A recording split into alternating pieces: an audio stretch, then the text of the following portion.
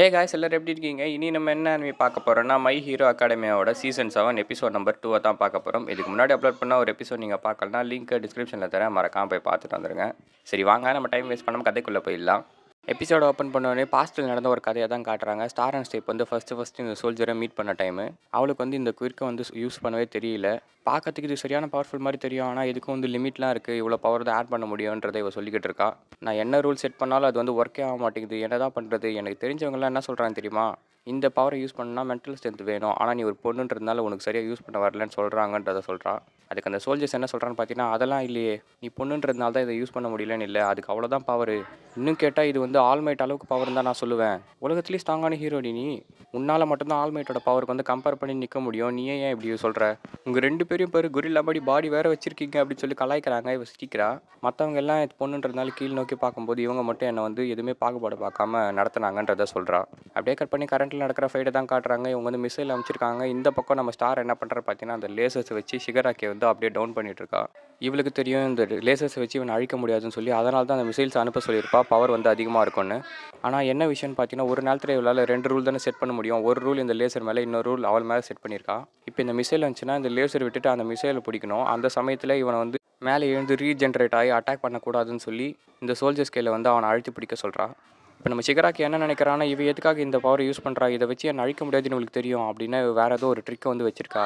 இந்த சக்தியை வச்சு என்னை அழைச்சா நான் திருப்பி ரீஜென்ரேட் ஆகிடுவேன்றது இவளுக்கு நல்லாவே தெரியும். இது வரைக்கும் இவ கூட போட்ட சண்டையில் எனக்கு தெரிஞ்ச வந்த விஷயம் என்னன்னு தெரியுமா? ஒரே நேரத்தில் 2 ரூல் மட்டும் தான் இவளால் செட் பண்ண முடியுன்றது. ஒரு ரூல் அவன் மேலே, இன்னொரு ரூல் இந்த லேசர் மேலே. அப்படின்னா வேறு ஏதோ ஒரு பவர் வருதுன்னா இதை கண்டிப்பாக விட்டு தான் ஆகணும்.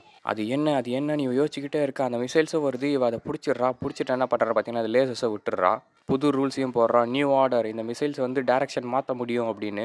இப்போ இந்த லேசரை விட்டோன்னு நம்ம ஷிகராக்கி என்ன பண்ணுற, மேலே இவ்வளோ அட்டாக் பண்ணுறதுக்காக தான் வரா. அப்போ சோல்ஜர்ஸ்லாம் என்ன சேர்ந்து மறுபடியும் லேசர்ஸ் வச்சு இவனை அழுத்தி பிடிக்கிறாங்க. இது வந்து ஹைப்பர்சானிக் மிசைல்ஸ். இதை வச்சு என்ன பண்ணுறான்னு பார்த்தீங்கன்னா, மொத்தமாக அவன் மேலே அடிக்கிறா. அட்லீஸ்ட் ஒரு மிசைல் பட்டாலும் போதும் இவன் வந்து செத்துருவான்னு. அந்த இடத்துல ஒரு மிகப்பெரிய பிளாஸ்ட் ஆகுது. எல்லோரும் அப்படியே சதறி போகிறாங்க. இந்த பக்கம் எண்டு வரல, இதை பார்த்துட்டு இருக்கா, என்னடா நடக்குதுன்ற மாதிரி தான். புகையெல்லாம் கிளியராகி காட்டுறாங்க. அந்த இடத்துல மிகப்பெரிய ஒரு ஹோல் வந்திருக்கு. அவ்வளோதான், செத்துட்டானா இவன்ற மாதிரி ஸ்டார் பார்த்துக்கிட்டே இருக்க. இங்கே தான் ஒரு ட்விஸ்ட்டு. ஷிகராக்கி வந்து சாவே இல்லை, உள்ளேருந்து அப்படியே வரான். முக்கால்வாசி எரிஞ்சிட்டு இருக்கான், ஆனால் அவன் வந்து சாவே இல்லை. என்னால் என் பவரை கண்ட்ரோல் பண்ண முடியும். இவளை அழிக்கிறதுக்காக இவ்வளோ நேரம் இவ கூட சண்டை போட்டல, அப்போ வந்து அவளோட பவரை பற்றி நான் நல்லா தெரிஞ்சுக்கிட்டேன். ஒரே நேரத்தில் 2 ரூல் தான் செட் பண்ண முடியும்னு. இவன் இந்த லேசரை வச்சு என்னை அழித்து பிடிக்கும் போதே எனக்கு தெரியும் ஏதோ ஒரு புது பவரை யூஸ் பண்ண போகிறான்னு. அப்படின்னா அதுக்கு நான் ஒரு புதுசாக பிளான் போட்டேன்னு சொல்லிட்டு என்ன பண்ணியிருக்கான்னு பார்த்தீங்கன்னா, அந்த லேசரை விட்டா பார்த்தீங்களா, அப்போ அட்டாக் பண்ணுறதுக்காக மேலே வந்தானே, அது இவன் கிடையாது, நோமு அனுப்பி வச்சிருக்கான் அந்த மான்ஸ்டர். அந்த சமயத்தில் இவன் என்ன பண்ணியிருக்கான்னு பார்த்தீங்கன்னா, அடியில் போய் இவனோட பவர் வச்சு, டிகே பவர் இருக்குல்ல, அதை வச்சு குழி தோண்டி ஆழமாக போயிருக்கான். இதனால் அவன் என்ன பவர் யூஸ் பண்ணாலும் மேலோட்டமாக தான் அடிக்கும், ஃபுல் பவர் என் மேலே படாதுன்றது இவனோட பயங்கரமான பிளானு. உன் பிளானை எல்லாத்தையும் நான் உடச்சிட்டேன் ஸ்டார், என் கூட சண்டை போட்டு நீ மிகப்பெரிய தப்பு செஞ்சுட்டேன், உன் கிறுக்கை எடுக்கிறதுக்காக நான் வரேன் அப்படின்னு இந்த பக்கம் வந்துட்டே இருக்கேன். இந்த சோல்ஜர்ஸ்லாம் தடுக்க ட்ரை பண்ணுறாங்க மறுபடியும் அந்த லேசர்ஸ் வச்சு. ஆனால் அதுலேருந்து அவன் ஈஸியாக தப்பிச்சிடுறான். உன் பவர் எனக்கு கொடுறி, அதை நான் நல்லா யூஸ் பண்ணுறேன்னு சொல்லிட்டு தப்பிச்சு ஒரு ஜெட் மேலே நிற்கிறான். அந்த ஜெட்டில் இருக்க சோல்ஜர் என்ன சொல்கிறேன்னு பார்த்தீங்கன்னா, ஸ்டார் என்னை பற்றி கவலைப்படாத, என்னோட சேர்த்து இவன் அடி, அப்படியே அழிஞ்சு போட்டு வெடிஞ்சு தயவு செஞ்சு சொல்கிறது செய்யின்றான். ஆனால் ஸ்டாருக்கு வந்து தெரியும் இந்த ஃப்ளைட்டை வெடிக்க வச்சா இவன் ஈஸியாக ரீஜென்ரேட் ஆகிடுவான்னு, இதுக்கு மேலே எதுவும் பண்ண முடியாதுன்றது. அதனால் அவள் எதுவுமே பண்ணாமல் சைலண்ட்டாக நின்றுடுறா. இந்த சோல்ஜர்ஸை சாவடிக்கிறதுக்கு அவளுக்கு மனசும் இல்லை. அப்படியே சைலண்ட்டாக நிற்கும் போது ஷிகராக்கி என்ன பண்ணுற பார்த்தீங்கன்னா, ஏறி இவன் மூஞ்சை பிடிச்சிடுறான். என்னோட பெரிய கவலை எதுவாக இருந்தது தெரியுமா? இந்த நியூ ஆர்டரும் 1 ஃபார் ஆலும் ஒன்று செய்கிறது தான். அது தடுக்கணும்னு தான் நான் ட்ரை பண்ணேன். அதனால் ஹீரோ அசோசியேஷனை அழித்தேன். அதுக்கப்புறம் சுற்றி இருக்க என்னோடய ஃப்ரெண்ட்ஸை யூஸ் பண்ணி மற்ற கண்ட்ரீஸ்லேருந்து ஜப்பானுக்கு ஹீரோ வர விடாமல் தடுத்தேன். முதல்ல என்னோட பிளான் படி நான் வந்து 1 ஃபார் ஆலை எடுத்துகிட்டு அதுக்கப்புறம் தான் நியூ ஆர்டர் எடுக்கலான்னு ட்ரை பண்ணேன். ஏன்னா 1 ஃபார் ஆலை எடுத்துட்டா அதுக்கு எதிராக நிற்கிறதுக்கு இந்த உலகத்தில் எந்த குயிர்க்கும் கிடையாது. ஏன்னா எப்படி எறும்பு நசுக்குமோ அந்த மாதிரி உன் குயிர்க்கை நான் நசுக்கியிருப்பேன். ஆனால் நீயே வந்து என் வலையில் மாட்டிக்கினேன். என் பாடி வந்து ஃபுல்லாக கம்ப்ளீட் ஆகலை. இருந்தாலும் ஒரு கேம்பிளாக தான் நான் உன் கூட சண்டை போட்டேன். அந்த கேம்பிளில் நான் ஜெயிச்சிட்டேன் ஸ்டார், உன் பவர் எனக்கு தான் சொந்தம் அப்படின்னு சொல்லிட்டு அவளோட குறுக்க வந்து இவன் அப்சர்வ் பண்ணிக்கிட்டு இருக்கான். என்னை காப்பாற்ற போய் இவ சாக போகிறாள், இவளை காப்பாற்றணும் அப்படின்னு சொல்லிட்டு அங்கே இருக்க சோல்ஜர்ஸ் எல்லாம் வராங்க. ஆனால் அவங்களால கிட்ட கூட நெருங்க முடியல. ஸ்டார் வந்து அவள் பாடியை காப்பாற்றணும். என்ன பண்ணான்னு பார்த்தீங்கன்னா, குயிர்க்கு போகிறதுக்கு முன்னாடி என் பாடி வந்து இவன் பவரால் டிகே ஆகக்கூடாதுன்னு ஒரு ஆர்டர் கொடுத்துருப்பான். ஆனால் அது வந்து ஒர்க் ஆகலை. ஷிகராக்கி இவன் மூஞ்சில் கை வைக்கும்போது டிகேவும் ஸ்டார்ட் ஆயிடுச்சு. அதே சமயத்தில் குயிர்க்கையும் அப்சர்வ் பண்ண ஆரம்பிச்சிட்டான். இதனால் இவன் கொடுத்த ஆர்டர் வந்து ஒர்க் ஆகலை. இவன் நினச்சிருந்தா இவன் குயிர்க்கை எடுக்கக்கூடாதுன்னு சொல்லி ஒரு ஆர்டரை கொடுத்துருக்கலாம். ஆனால் அவன் வந்து அவளை காப்பாற்றுறதுக்காக ஒரு ரூலை மேக் பண்ணிட்டான். நீ தப்பு பண்ணிட்டா அமெரிக்கா அப்படின்னு ஷிகராக்கி சொல்கிறான். அப்படியே இவளை சாவடிக்கலான்னு சொல்லிட்டு வரான். அப்போ அவன் மனசுக்குள்ளே வந்து ஷிகராக்கியை சின்ன பையன் மாதிரி காட்டுறாங்க. 1 ஃபார் ஆல் என்ன பண்ணியிருக்கான்னு பார்த்தீங்கன்னா, சின்ன வயசுலேயே அவனுக்கு ஹீரோ புக்ஸ் எல்லாம் கொடுக்காம வில்லனோட தாட்ஸை வந்து இவனுக்குள்ளே செலுத்தியிருக்கான். இந்த போட்டியில் வின் பண்ணது நான் தான் அப்படின்னு சிரிச்சுக்கிட்டே இருக்க. இங்கே ஒரு ட்விஸ்ட் நடக்குது. என்னன்னு பார்த்தீங்கன்னா, உடம்பு வந்து வெடிக்க ஆரம்பிக்குது. நம்ம ஷிகராக்கியோட உடம்பு உள்ள பட்டாசு மாதிரி டமால் டுமில் டமால் டுமில்னு அவன் உடம்புல பார்த்தீங்கன்னா தோலெல்லாம் பிச்சுங்குது அப்படியே. டி என்னடா நடக்குது இங்கே, டோமரா கிராக் விட்டுட்டு இருக்கானா, என்ன ஆகுது அப்படின்ற மாதிரி தான் இங்கே இருக்கவங்களாம் பார்த்துட்டு இருக்காங்க. இவனுக்கு வந்து ஒன்றுமே புரியல, எதுக்காக என் பாடி இப்படி வெடிக்குதுன்னு சொல்லி. இங்கே தான் ஒரு பயங்கரமான ட்விஸ்ட்டே. நம்ம ஸ்டார் வந்து என்ன பண்ணியிருக்கான்னு பார்த்தீங்கன்னா, இவளுக்கு ஏற்கனவே தெரிஞ்சிருக்கு இது வந்து இவன் மேலே ஒர்க் ஆகாதுன்னு சொல்லி. அதனால் இவன் குவிர்க்கை எடுக்க வரான் தெரியுமா, அந்த சமயத்துக்கு முன்னாடி ஒரு ரூலை போட்டிருக்கா. என்னன்னா, என் குவிர்க்கை யாராவது எடுத்தாங்கன்னா அது வந்து மற்ற குவிர்க்கையோட ஒன்று சேராது. அதாவது ஆல்ஃபா ஒன்னுக்குள்ளே ஏகப்பட்ட பவர் இருக்குல்ல, அவனுக்குள்ள நிறைய குவிர்க் இருக்குது, அந்த குவிர்க் கூட இது ஒன்று சேராதுன்னு சொல்லியிருக்காங்க.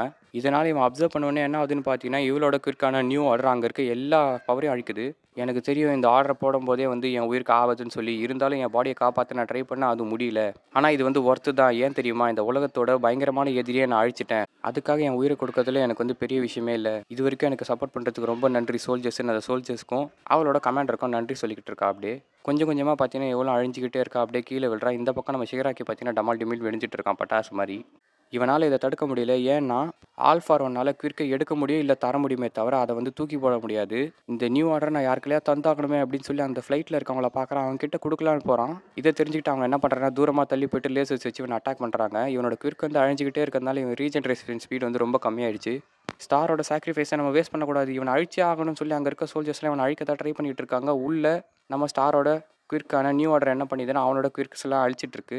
இப்போ கொஞ்சம் கொஞ்சமாக செத்துட்டு இருக்க ஸ்டார் என்ன நினைக்கிறான்னா, ஆல்மைட் நீங்கள் வந்து என்னை சின்ன வயசில் காப்பாற்றினீங்க, அதனால தான் பெரிய ட்ரீமான ஹீரோ ஆகணுன்ற கனவை நான் அடைஞ்சேன். என்னை காப்பாற்றினதுக்கு பதிலாக இப்போ நான் உங்களை காப்பாற்றிட்டேன், என் கடமையை நான் நிறைவேற்றிட்டேன் அப்படின்னு சொல்லிட்டு சல்யூட் அடிச்சுட்டு அப்படியே கீழே விடுற. இதை பார்த்த சோல்ஜர் வந்து உன் ஆசையை நீ நிறைவேற்றிட்டேன், இந்த உலகத்தில் நீ தான் கிரேட்டஸ்ட் ஹீரோ அப்படின்னு சொல்லி ஸ்டார் அப்படியே கீழே விழுறா. இந்த பக்கம் ஷிகராக்கி கதறிக்கிட்டு இருக்கான். எங்கே போனாலும் இந்த ஆல்மைட் ஆல்மைட் ஆல்மைட், எங்கே போனாலும் இவன் தான் இருக்கிறான், நான் இங்கேருந்து தப்பிச்சாகணும்னு சொல்லிட்டு என்ன பண்ணுற பார்த்தீங்கன்னா, அந்த நோமுக்குலேருந்து பறக்கிற குயிர்க்கு எடுத்திருப்பான், அதை வச்சு பறந்து தப்பிச்சு போடலாம் ட்ரை பண்ணுறான். அப்போ பின்னாடி இந்த ஃப்ளைட்டில் இருக்கவங்களாம் துரத்திட்டு வராங்க. இவனை போக விடக்கூடாது, ஸ்டார் உயிரை கொடுத்து இவனை இவ்வளோ வீக் பண்ணியிருக்கான், நம்ம இவனை கொன்னே அவனை துரத்திட்டு வராங்க.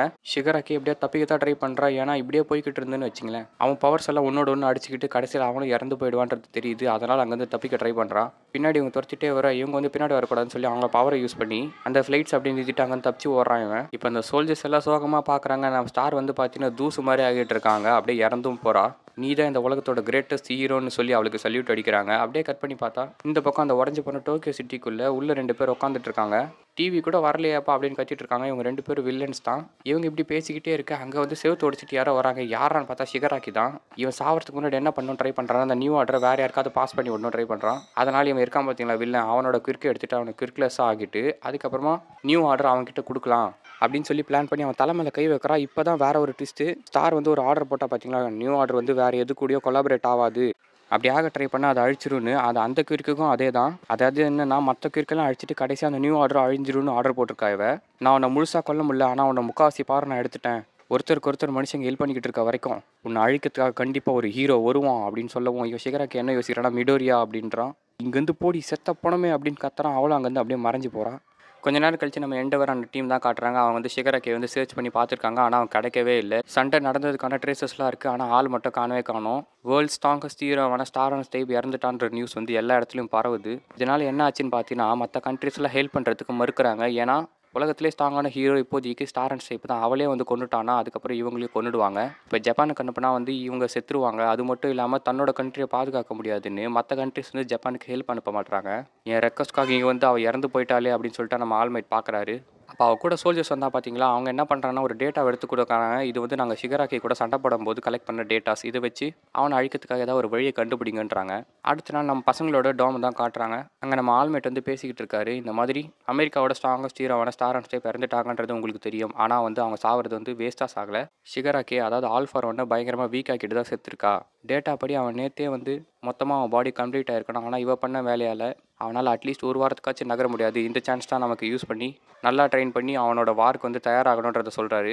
மற்ற ஹீரோஸ்லாம் பீப்புளை ரெஸ்கியூ பண்ணிவிட்டு அதே சமயத்தில் ஷிகராக்கியை தேடிக்கிட்டு இருக்காங்க. ஆனால் முதல்ல அவனை கண்டுபிடிக்க முடியுமா முடியாதான்றதே தெரியல. என்ன நடந்தாலும் சரி, பெரிய வார் ஒன்று வந்துகிட்டு இருக்கு, எல்லாரும் தயாராகுங்கன்னு ஆல்மைட் சொல்ல, நம்ம கூட இந்த வாட்டி சண்டை போட போகிறது ஷிகராக்கி மட்டும் இல்லை, ஆல்ஃபா ஒன்று, எண்டவரோட பவருக்கு ஈக்குவலான டாபி, டோகா, லிபரேஷன் ஃப்ரண்ட்டோட மற்ற ஆளுங்க, அது மட்டும் இல்லாமல் ஜெயிலேருந்து வந்த ஜெயில் கைதிங்க. ஆனால் நம்ம பக்கம் இருக்க ஆள் வந்து பாதி ஹீரோஸ் கூட கிடையாது, முக்கால்வாசி பேர் இறந்துட்டாங்க.